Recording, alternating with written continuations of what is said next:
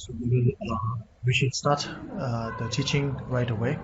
Instead of going through the meditation, we will start the teaching right away. And then if time permits, then maybe we can do some meditation as well. Can you hear me well? Okay. Yes, a little bit noisy. Yeah, I know.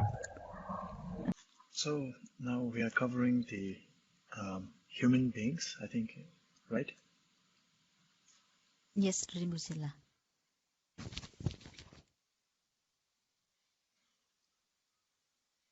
So,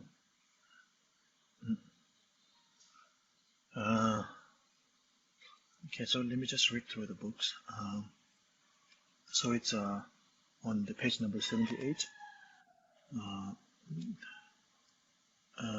the human realm. Humans suffer from the three fundamental types of suffering, and also from the four great streams of suffering. So what is the three types of suffering, and what is the four great streams of suffering? We will come to know. So first of all, the four great streams of suffering is the birth, then aging, then sickness, and then death. That is the four great streams of suffering. So that is inevitable in your life. We will be born, and when we are born, there is nothing much to. Even birth itself is very painful, both to the child and the mother, right? So birth itself is a form of suffering, and of course aging is a form of suffering. Then of course at one point of time we get sick in our life, however healthy you may be, and so sickness, and then of course death comes inevitably. So the birth, the old age, the sickness, and the death are known as the four great streams of suffering. So it just comes through, just like a stream that would come down from somewhere high. It's inevitable that something water. Since it's inevitable for water to fall down and not go up naturally. Similarly, the four great streams of suffering will come to us inevitably, naturally, if you don't do anything about it. So therefore,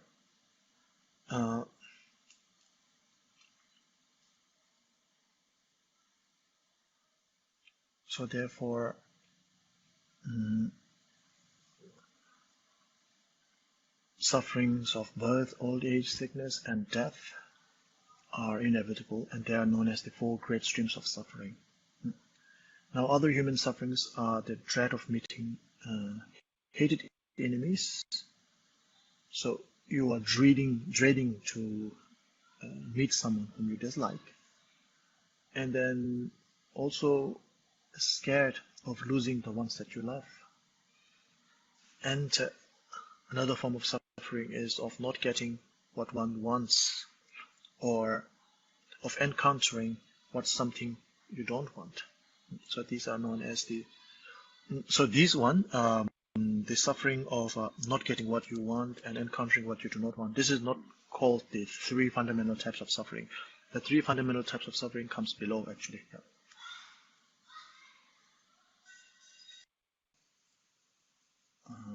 So the three fundamental types of suffering. So these are known as the suffering, the suffering of change, and the suffering of everything composite. All pervasive suffering, sometimes that's known as. So usually we start with suffering of suffering. That is on the next page actually. But here it starts with the suffering of change. So anyways, we will start with suffering of change. The suffering of change is the suffering that we feel when a state of happiness suddenly changes into suffering. One moment we feel fine, satisfied and full after a good meal, and then suddenly we are racked by violent spasms because of parasites in our stomachs. One moment we are happy, and the next moment an enemy plunders our wealth or our livestock, or a fire burns down our home, or we are suddenly stricken by sickness or evil influences, or we receive some terrible news, and immediately we are plunged into suffering. For indeed, whatever apparent comfort, happiness, or prestige is to be found here in samsara, it lacks the tiniest scrap of consistency or stability, and in the long run can never resist the round of suffering. Therefore, cultivate disenchantment with it all. So basically, suffering of change is something, the fleeting moment of happiness that we experience in life. They are all regarded as the suffering of change. So they are suffering in disguise of happiness. So they are not real happiness or everlasting joyfulness, because they eventually they bring us grief, they bring us suffering rather than happiness. So it may seem happy, it may seem something positive and something good initially, but the more you enjoy it, so one way to look at it is like this. So whatever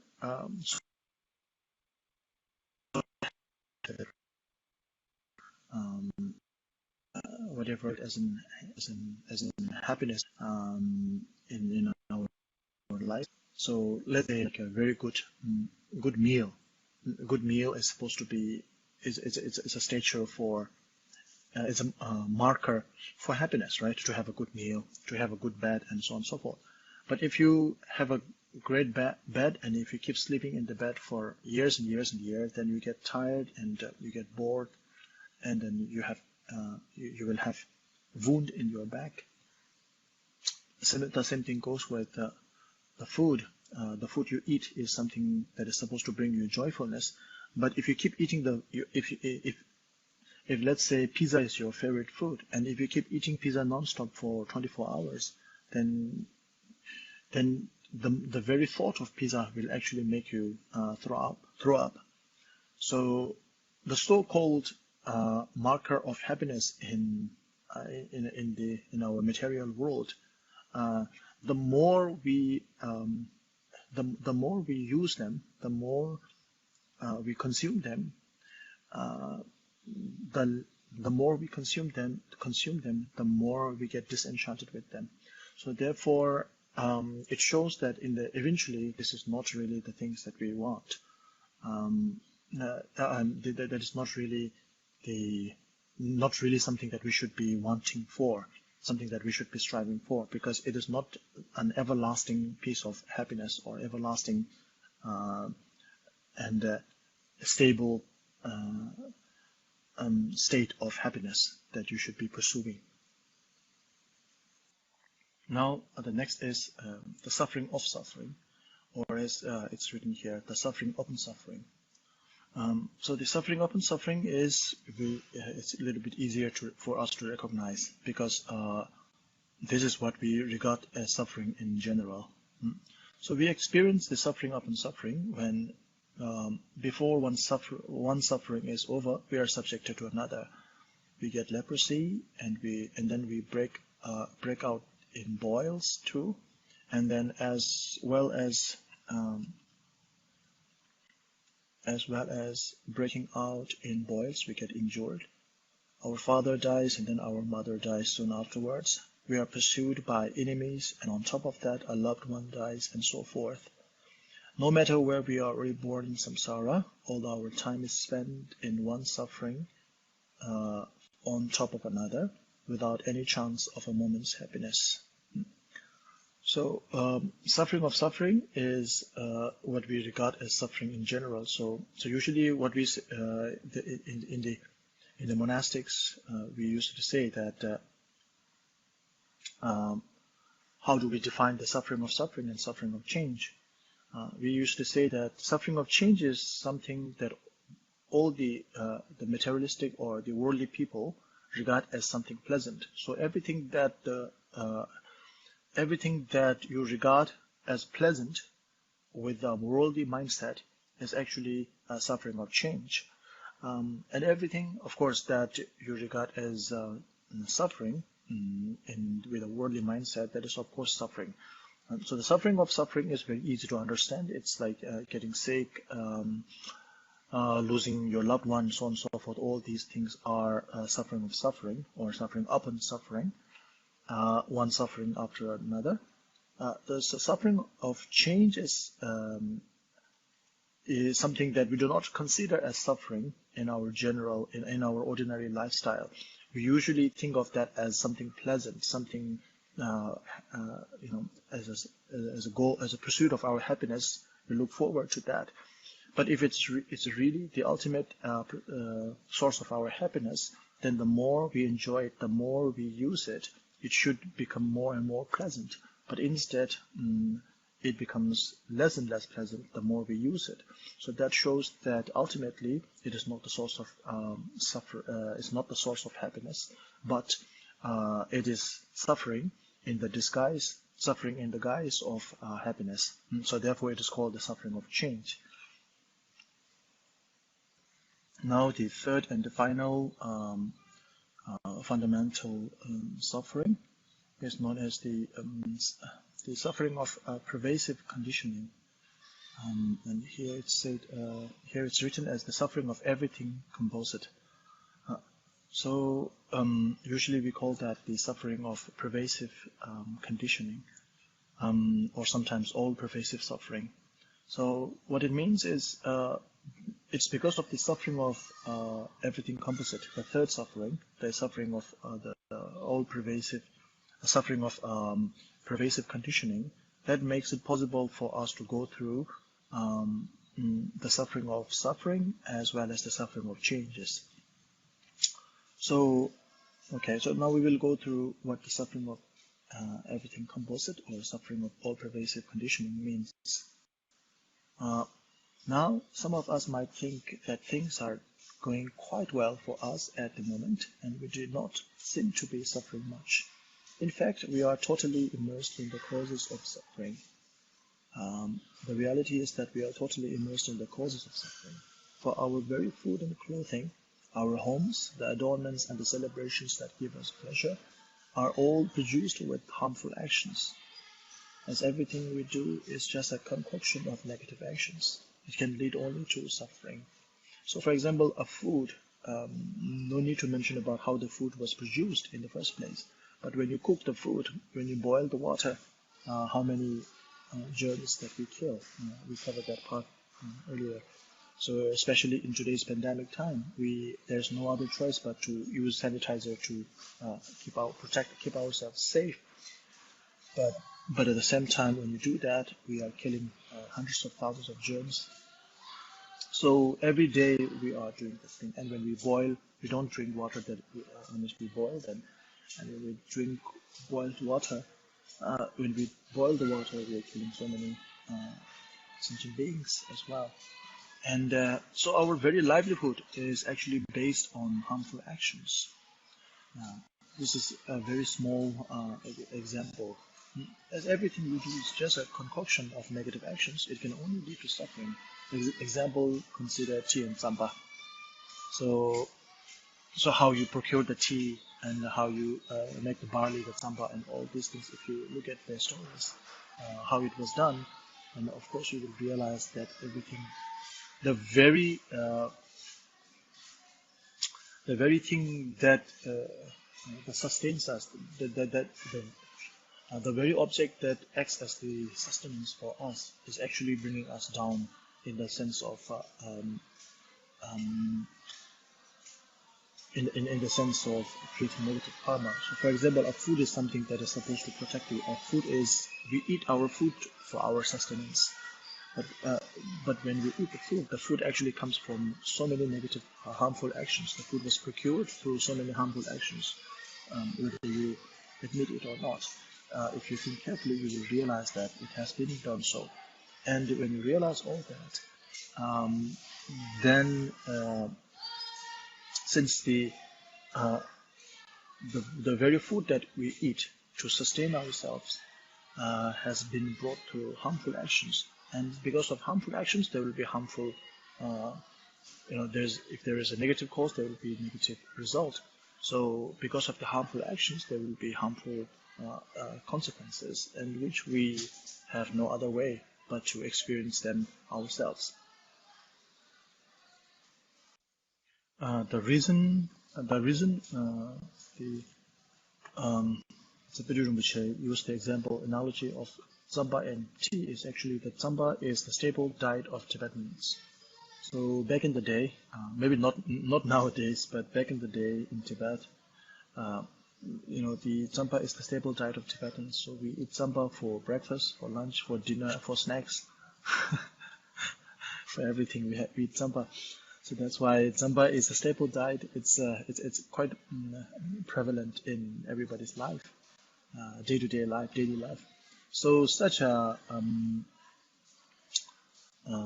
innocent-looking, ordinary-looking, and innocent-looking stable such as tsamba and tea can also be is part of something that is harmful activity. This is what Master H.E.Tongkhor Rinpoche is trying to bring here.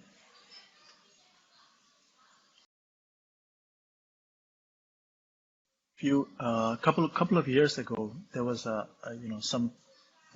some people came from Tibet, Tibetans who came from Tibet, and then they were traveling in India, I think. And then it's a staple.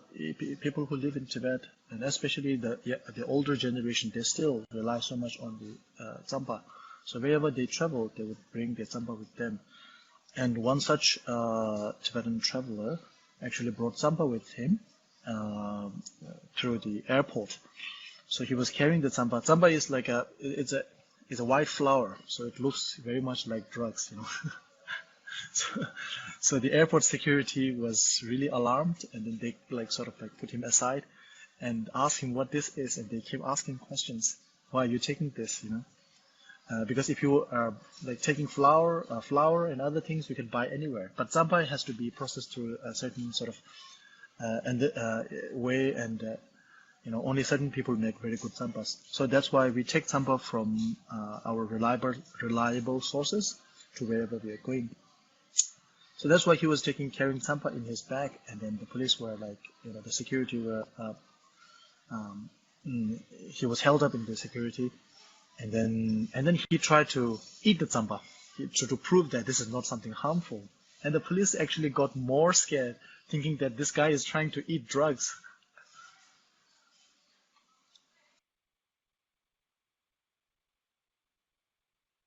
Okay, now we continue with how tsamba and tea are brought into Tibet. So back in the day, tea comes mainly from China.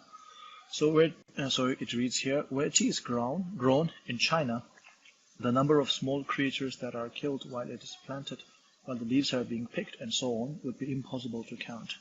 The tea is then carried as far as Tazido, that is a main sort of traders meeting point in Tibet, Tazido. So by porters, so in Tazido they do all the trade.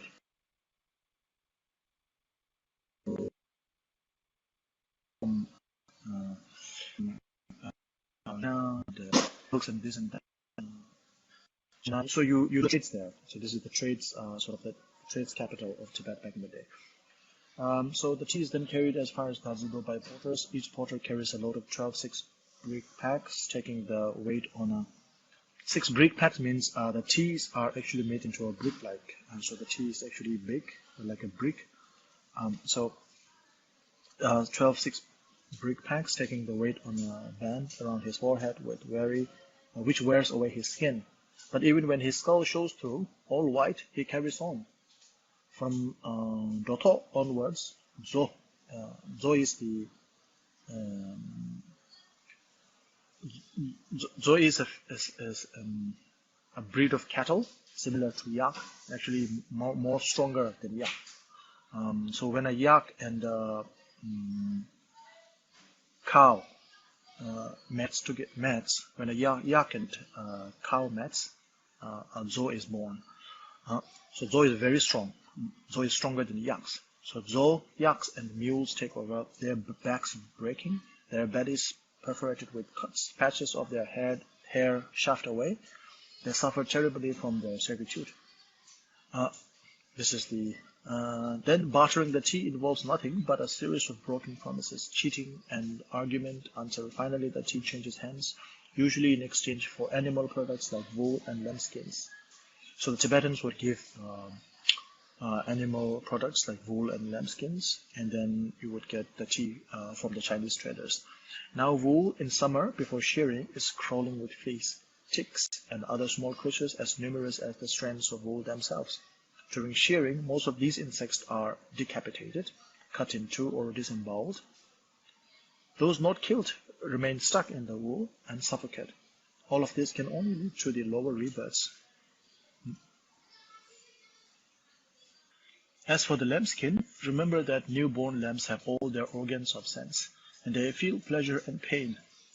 Just as they are enjoying their first instance of life, in perfect health, they are killed. Perhaps they are only stupid animals, but nevertheless, they do not want to die. They love life and suffer as they are tortured and slaughtered. As for the ewes, whose little ones have been killed, they are a living example of the sorrow experienced by a mother who loses her only child. So, when we think about the production and trade of such products, we can understand that even a single sip of tea cannot but contribute to rebirth in the lower realms.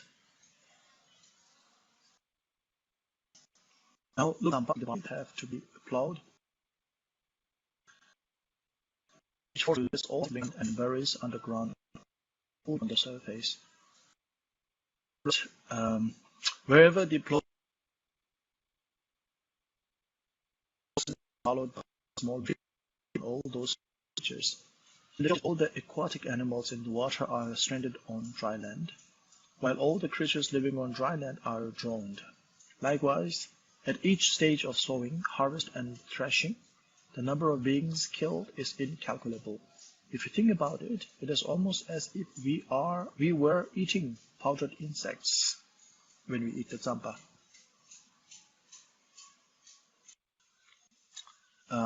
In the same way, butter, milk, and other foods, the three white food, as we call them,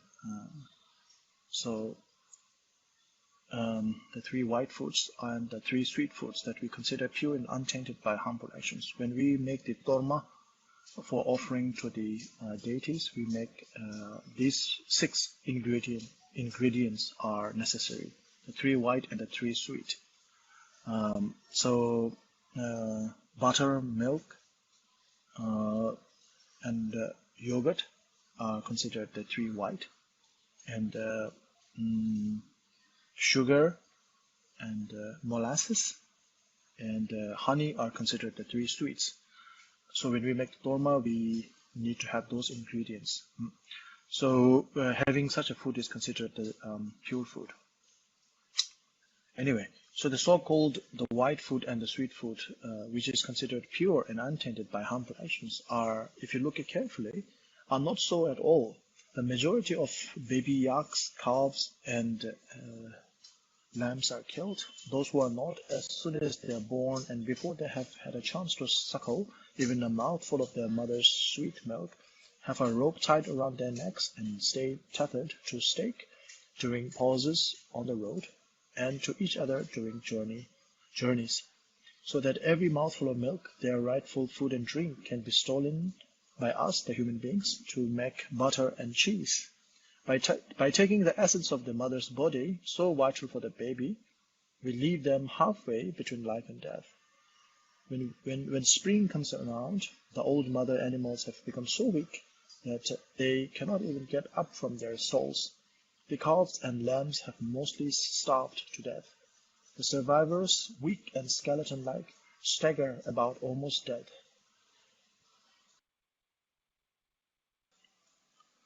All the factors we now see as constituting happiness, foods to eat, clothes to wear, and whatever goods and materials we can think of, are likewise produced through negative actions known. The end result of all those things can only be the infinite torments of the lower realms. So everything that seems to represent the suffering of everything everything that seems to represent happiness today is in fact the suffering of everything composite, or what is known as the all-pervasive suffering, the suffering of pervasive conditioning. So the point here is that so the food that we have to eat, right? If you don't eat any food that you eat, even if it's a fruit or whatever it is, you are still harming. Even if you're eating a fruit, you're still harming some sentient beings. But without eating anything, you will not survive. But if you eat something, it creates negative karma to bring us to the lower realms. So what is the solution here? So that is a big question, which we will explore today.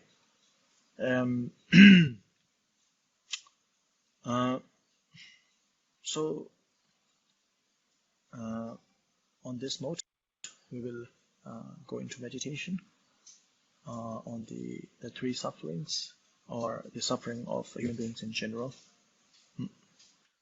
So please find a comfortable place and recite there. Whether you sit, whether you lie down, whether you stand up, it's up to you. So recite at a comfortable position. And then let's watch our breath. As we breathe in, be aware that you are breathing in, and then hold the breath for a little while. And as you breathe out, also be aware that I am breathing out. As usual, it will be helpful if you put your better hand, whether it's a right hand or a left hand, your better hand on your stomach, on your belly. And then as you breathe in, feel the stomach building up. And as you breathe out, feel the stomach flattening. Okay, I am aware that I'm breathing in. And as I breathe in, my stomach bloats. And I hold my breath. And as I hold my breath, I'm aware that I'm holding my breath. And as I breathe out, I'm aware that I'm breathing out. So being aware is being mindful. And so therefore, you are practicing mindfulness of the body. Okay, breathe in for 1, 2, 3, 4. Hold for 1, 2 counts. And then breathe out for 4 counts. So 1, 2, 3, 4. 1, 2. 1, 2, 3, 4.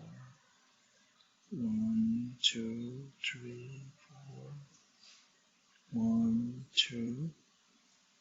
1, 2, 3, 4. 1, 2, 3, 4. 1, 2. 1, 2, 3, 4. 1, 2, 3, 4. 1, 2, 3. 1, 2, 3, 4. 1, 2, 3, 4. 1, 2, 3. 1, 2, 3, 4. 1, 2, 3, 4. 1, 2, 3. 1, 2, 3, 4. 1, 2, 3, 4.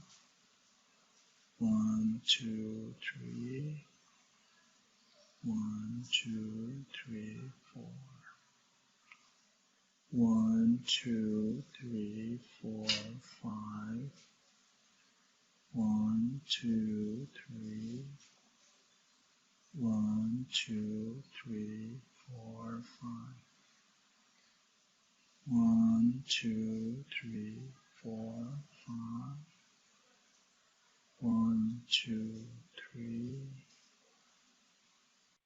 1, 2, 3, 4, 5.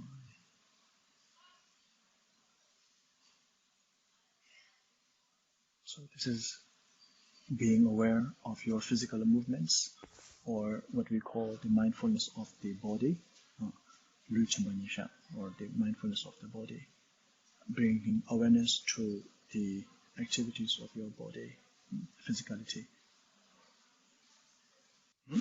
So now in this very similar, in the same state that you are in, being constantly aware, being alert, that you are, be alert, be aware, and then let's think about the three forms of sufferings. The suffering of change, the suffering of suffering, and the suffering the suffering of pervasive conditioning. So breathe normally like we did before. Breathe in and then breathe out. But also be aware that you are breathing in and breathing out. So when you focus your mind on the breath, your mind is not scattered, your mind is not distracted. So as a human being, we go through innumerable kind of suffering, not to mention the suffering of birth, old age, sickness and death. But then every moment of our day-to-day life, we go through different suffering. We get depressed through encounter with other people. We have to encounter failures, and sometimes even success can get into our head, and then we become so proud and etc. And then it brings us down. It brings so therefore we are surrounded by unhappiness or suffering of all kinds. I'm aware that I'm breathing in, I'm aware that I'm breathing out, and I'm also aware that I'm going through innumerable types of suffering. Whether I acknowledge it or not, the sufferings are surrounding me. Even if the suffering is not as dreadful as it may. We not only go through dreadful forms of suffering, known as the suffering of suffering, but we also go through, on our day-to-day life, we also go through the suffering of change, which is actually suffering in the guise of happiness, suffering in the guise of joyfulness, suffering in the guise of pleasantness, such as good food, comfortable place to live, and so on and so forth. If you have a beautiful, comfortable chair to sit, but if you keep sitting on the chair for hours and hours, it will make you uncomfortable. And all that is possible because all that is because of the fact that we are going through the suffering of pervasive conditioning, the third suffering. Because every little action that we do, we commit to, even the things that we think are harmless actions, actually bring lot of harmful causes, lot of harmful brings lot of harmful causes and conditions. For example, drinking a glass of hot water seems like a very harmless thing to do. You're not compared to, let's say, drinking an alcoholic beverage. So people would say, oh, I'm just drinking a cup of hot water, and that's a harmless thing. So, but still, if you look at the causes and conditions, how that glass of hot water was procured, then it is a very harmful action towards thousands and thousands of different sentient beings. And as far as your diet is concerned, you may be a vegetarian. If you are not engaged in the act of killing animals, so you are accumulating a lot of merit, which is a very good thing. But at the same time, you are not completely free of all the negative actions. If you are just eating a grain of rice, that single grain of rice also came through a lot of violent process. The procedure for procuring a single grain of rice is also violent. It may not be violent to the human beings that consume the grain of rice, But if you look at the animal which is plowing, or the insects that is actually in the field, it is such a violent experience for them. So you might think like, okay, whatever I do in my life, it is bringing negative actions. So there's nothing I can do. If I move, even if I move, it's actually bringing negative action. So there's nothing I can do. And so this is actually the tryst of samsara. As we are born in samsara, we are meant to go through such a number of suffering, and the suffering of such kind that we not only experience the suffering directly, but also we engage in causes and conditions that make us suffer in the future as well. So as we already covered, not eating any food is going through a little bit of extremity. So we have to eat no matter what. And so the solution that we should be seeking is that we eat only the things that we necessarily require, and then we don't waste our food. So this goes to everything. Our sometimes when it's cold, we have to dress in woolen clothes. There's no other sort of like choice. So when we use the woolen clothes, buy a good one, and then use it for long term. Don't just keep buying more and more items, and which is when we buy a lot of items and when we throw them out, it actually ends up in the landfill. And so what I'm trying to tell here is that you have to be we have to cultivate mindful consumption. So whether it's food, whether it's clothes, whether it's your lifestyle, be mindful of everything that you are doing. If you are mindful, then it will ring in your mind, in your brain, that it will ring in your head that my very being, the very existence of myself is actually bringing harm to so many people, so many sentient beings. So therefore, I should make my life more meaningful. Because if you engage in mindless consumption, then you take everything for granted, and therefore you do not become responsible for everything you do. But if you engage in mindful consumption, then you know what you are doing right and what you are doing wrong. Even though you are doing something wrong, something harmful, you have no other choice than to do it. So therefore, there is some sort of like responsibility there within you, and so therefore you will dedicate your life for a more meaningful one, rather than just waste it away by engaging by taking everything for granted. So through this meditative practice, we are able to bring mindfulness to our day-to-day life and become more mindful of our daily activities. So we become a more mindful consumer and more responsible consumer, and bring mindfulness to our daily practices, daily activities. So, okay, now if you have any questions, I will entertain the questions. That's it, Rinpoche.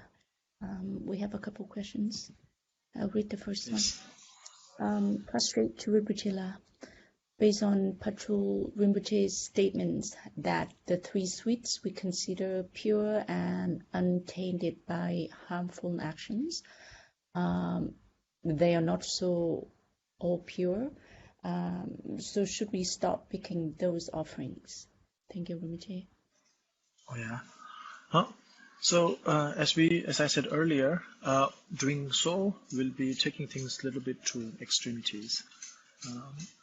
The very life that we are living, the food that we rely for our sustenance, actually came from a lot of harmful actions. So violent actions actually. like the grain of rice and the barley, everything, flour, whatever that you are eating. And as I said earlier, even a glass of hot water, boiling hot water, actually, in order to boil hot water, you have to kill a lot of germs. So does that mean you stop drinking hot water from now on? Actually, no. Even if you drink normal water, you're still, consuming all those germs within you, and then they will get burned in our stomach. So that is not the way. As I said earlier, the solution here is to be mindful of every action that you are doing, and then make sure that, okay, I'm engaging in this and this and that is actually harmful actions. So therefore, in order to reverse that, I'm going to engage in more positive actions. So that is what we have to keep in mind. And so therefore, just like you would not stop drinking hot water or eating grain of rice and things like that, you will also not stop making the offerings from the 3 sweets and the 3 whites. No more question, Rinpoche. Okay. Thank you. Thank you everyone for your attention. And now let's do the dedication prayers, please. Kewa diye nyodo da lama sangye chowa ji jang ma